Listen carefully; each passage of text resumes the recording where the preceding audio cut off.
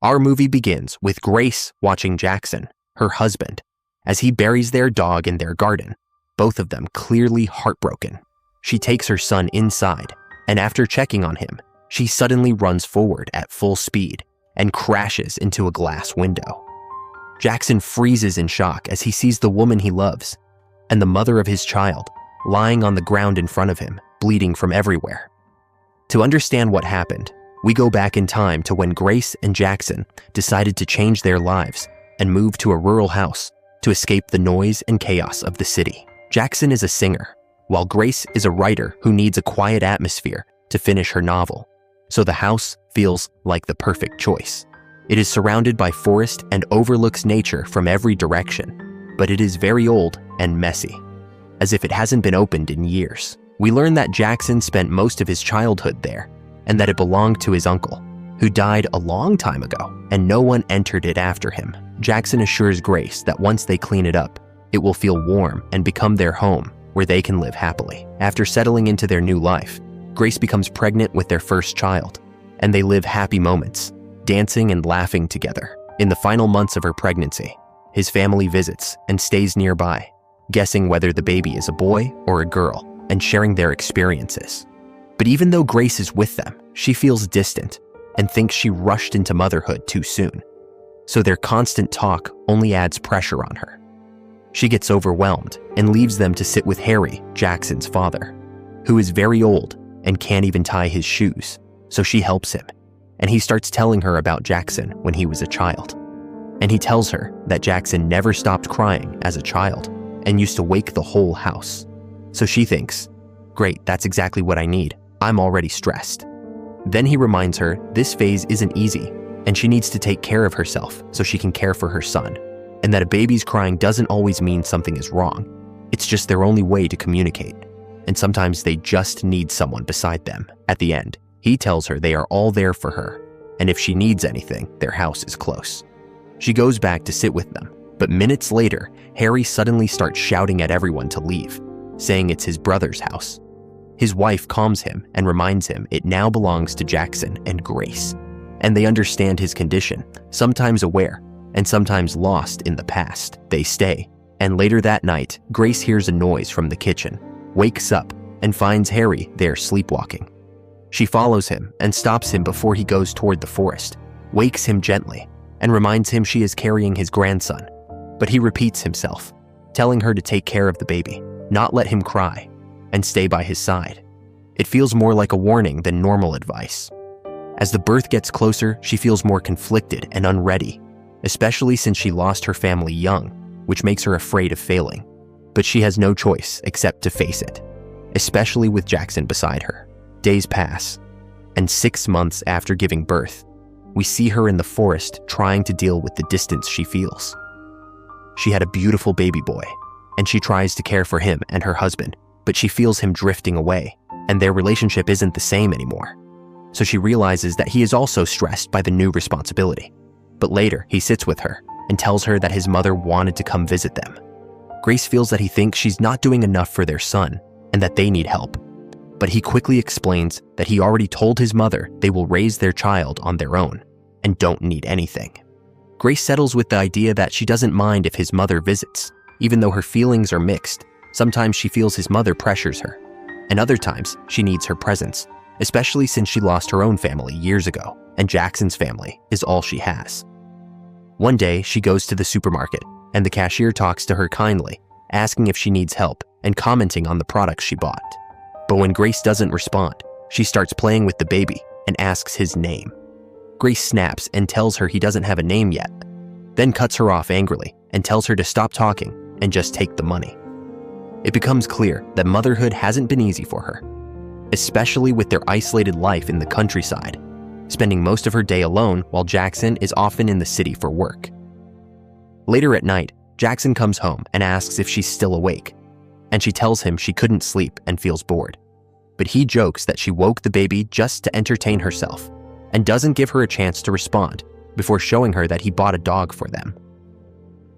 Instead of being happy, she gets more upset as they keep drifting apart day by day, and it feels like he's adding more responsibility on her without helping, leaving her alone with everything. We see her new life, toys all over the floor, dishes piling up, and her struggling to take care of the baby and the dog all day. This time, Jackson stays out longer, and when she calls him asking where he is, he tells her he's at a restaurant eating a burger. She's shocked, thinking she barely has anything at home and is surviving on drinks, while he ignores everything and just wants a break from her constant stress and the pressure of being a new father. He wasn't even thinking about her, and when she keeps the call going and asks what he does besides work, he gets bored and asks if she's okay. She tells him she's just checking on him. Then he asks about her work and if she has written anything new. But since moving there, Grace hasn't been able to write a single word.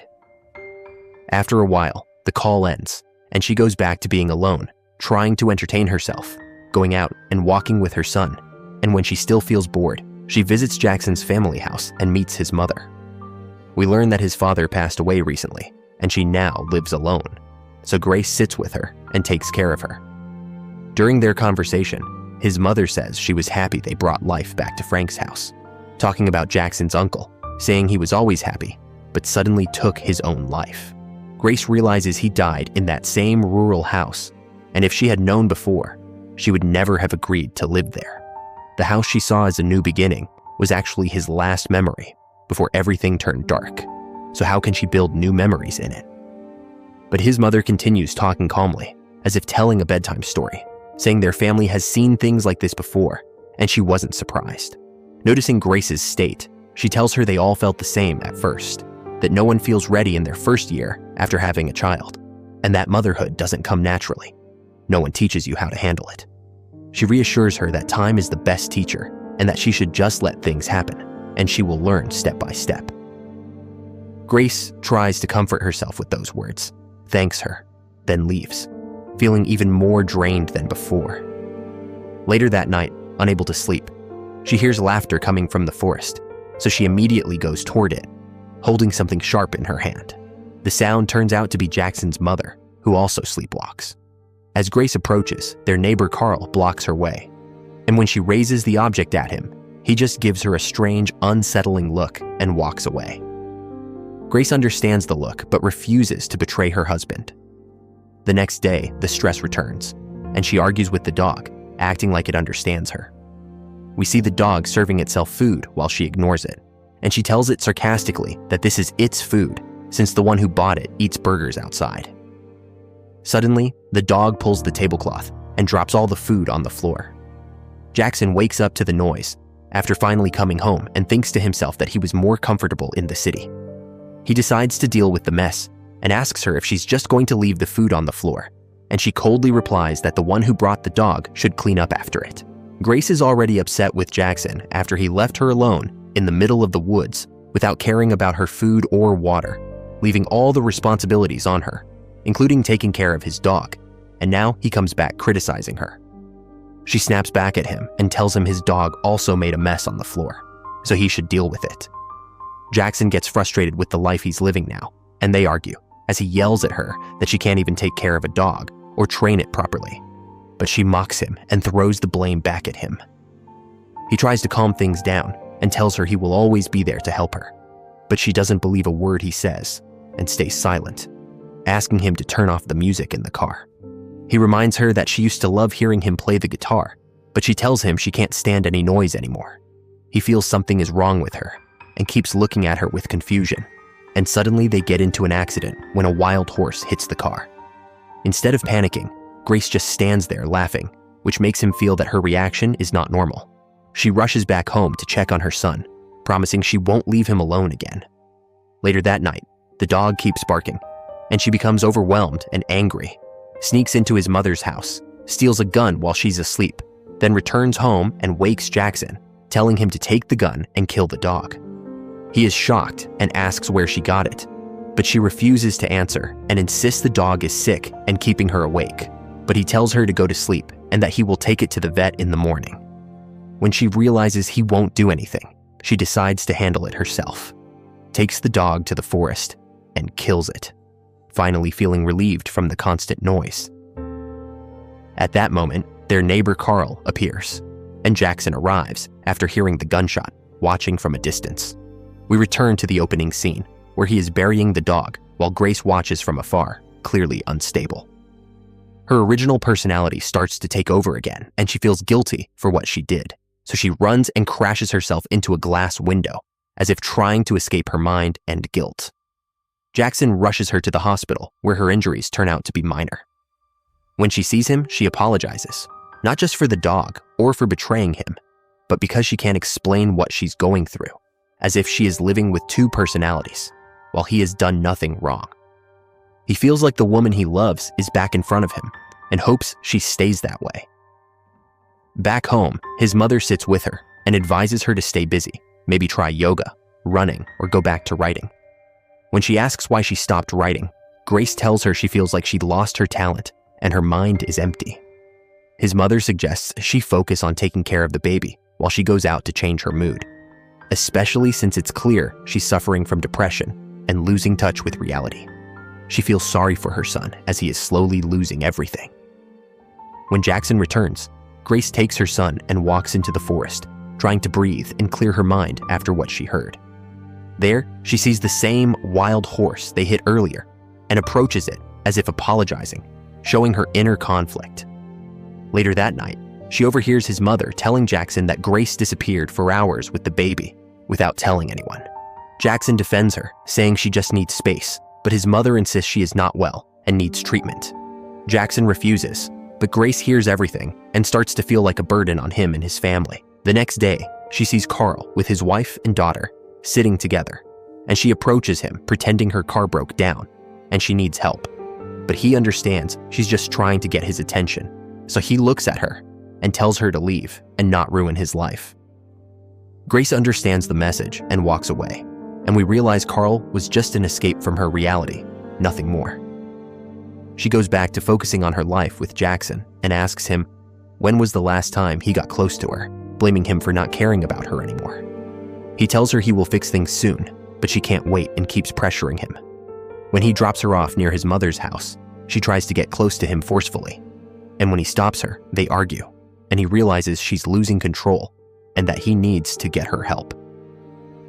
We see Grace in the bathroom having a breakdown, scratching the walls and breaking everything around her, fighting a battle inside that no one sees.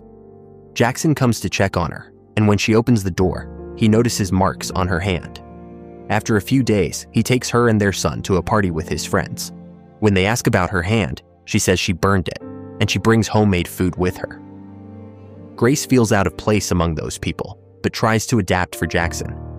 The host talks to her and mentions she has 2 kids and even wants another, saying kids at her son's age are cute, but Grace responds that it's not easy and things aren't as perfect behind the scenes.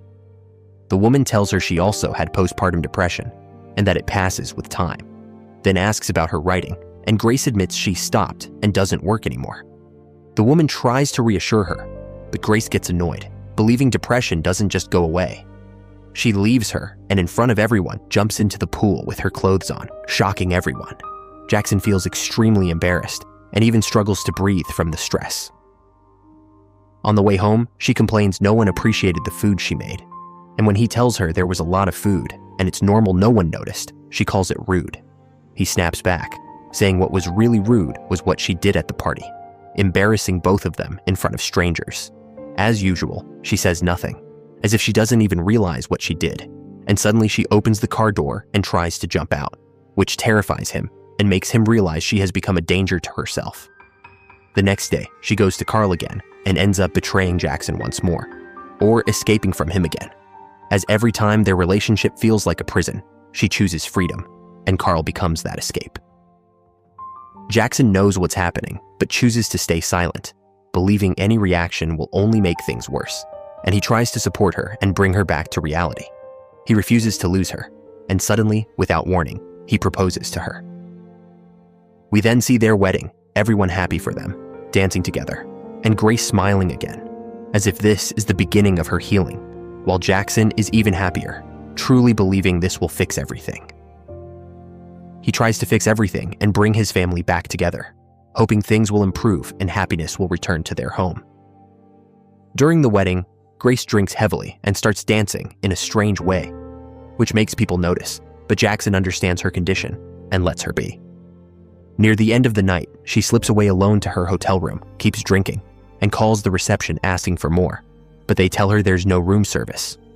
She keeps talking to the employee because she feels alone, and when she briefly feels happy, she realizes this life isn't hers and chooses isolation again. She starts telling him her life story, saying she's trying to be a loyal wife, but can't even finish the sentence, then asks him to play guitar for her, dancing to the music as if she's searching for calm after all the chaos. When he finishes, she suddenly hits her head against the mirror and leaves, as if trying to wake herself up and escape what she's doing. Later, we see her walking with her son, as if she accepted her responsibilities despite the pain and decided to face reality. She stands in the street wearing her wedding dress, holding her child and crying, hugging herself. When Jackson finds her, confused and full of questions he doesn't ask, in that moment, he realizes he can't help her alone and decides to take her to a psychiatric facility. She accepts and begins treatment, and the doctor asks about her childhood. She explains that until the age of 10, her relationship with her parents was normal until she got lost and followed a stranger who seemed kind and took care of her. When her parents found her, it was the first time she saw her father so angry, and in that moment, she wished they weren't her family. The doctor asks about them now, and she tells him they died years ago in a car accident, and she lived alone until she met Jackson and considered his family her own. He explains that she developed abandonment issues, seeing things with the mind of a 10-year-old who felt abandoned, which caused insecurity and fear of attachment. When he mentions her husband and child, she stops him, saying she loves her son deeply, but avoids talking about her husband, so he realizes her relationship with him is part of the problem. Grace spends time in the facility, hoping to recover and become someone her family can be proud of. Later, she is released, and Jackson and their son welcome her. She runs to them and hugs her child, and Jackson feels she has changed and improved. He shows her their new car, and on the way home, she asks him to turn up the music. When he reminds her she used to hate guitar, she tells him she always loved it, making him feel she is finally back to her old self. She sings along happily, and he can't hide his joy. Later, they go on a beach trip, and some girls come to play with their son, assuring Jackson they won't take him far.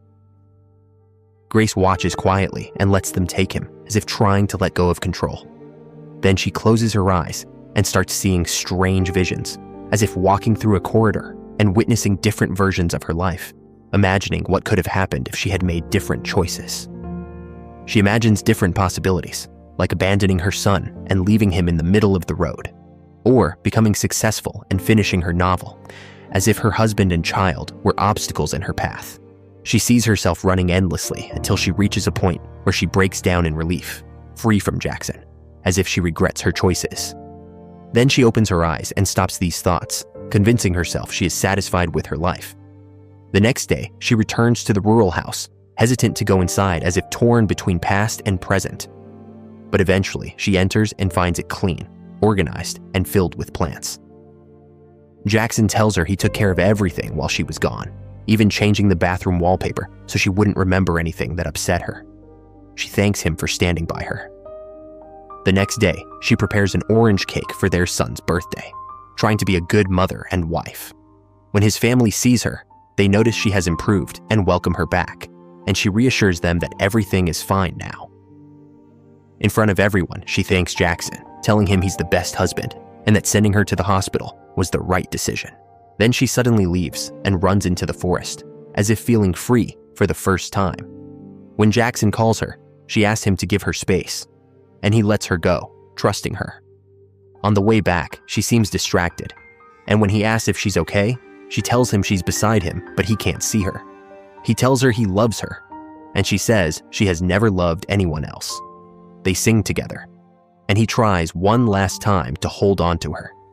He stops the car to talk, but she looks at him as if memorizing his face and tells him he has done enough and should stop trying, feeling that her presence only hurts him. She leaves him and runs into the forest, takes her notebook, and sets it on fire. Jackson doesn't realize this is the end and waits for her, giving her space, but she removes her clothes as the fire spreads through the forest and walks toward the flames. When he notices the fire, he runs after her, but it's too late. We understand she was never fully healed, and everything was just an attempt to appear normal, but her illness was stronger than her. This time she wasn't escaping to the forest. She was surrendering. In the final moments, we see her walking away step by step from her home, which felt like a prison to her, as if erasing herself from a life that only brought her pain. And with that, the story ends, revealing that the forest symbolized her inner mind and confusion, the fire, her final decision, the escape, her conflict with reality, and the house not as safety, but as a cage she finally left behind.